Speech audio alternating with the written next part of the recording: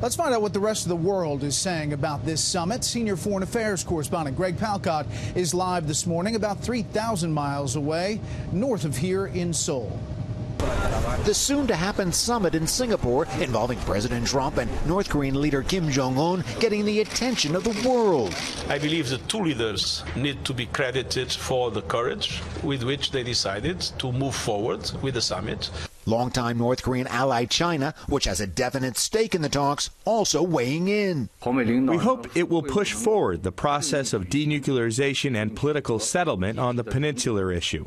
As well as South Korea. President Moon Jae-in has played a critical role through his own summits with Kim leading up to these talks. I both expect and hope that tomorrow's summit will definitely be successful. Feelings echoed by Moon in a 40-minute phone conversation Monday with President Trump.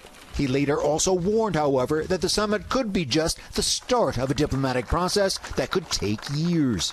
And there are other summit eve worries for the peninsula. What, if any, reference will be made to an end to the Korean War, halted decades ago with just an armistice? What security guarantees possibly offered to the North by the U.S. might mean to some 28,000 U.S. troops here? How far is the North willing to go to get rid of the nuclear threat to the region? And what will be said about the horrendous human rights record of the Pyongyang regime?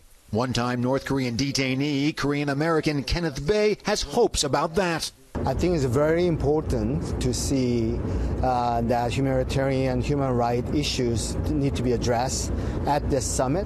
While there is now attention being given by North Korean state media to the summit activities of its leader across the border in South Korea, there is grudging respect for an unconventional U.S. president who helped bring about this one-on-one summit. From that perspective, this man is a revolutionary in a sense. I mean, he's done something that nobody else has been willing to do.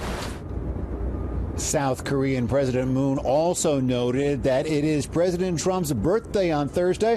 What a great present it would be if the summit went well. Over to you, Chairman Kim. Brett. Greg Palkot live in Seoul. Greg, thank you.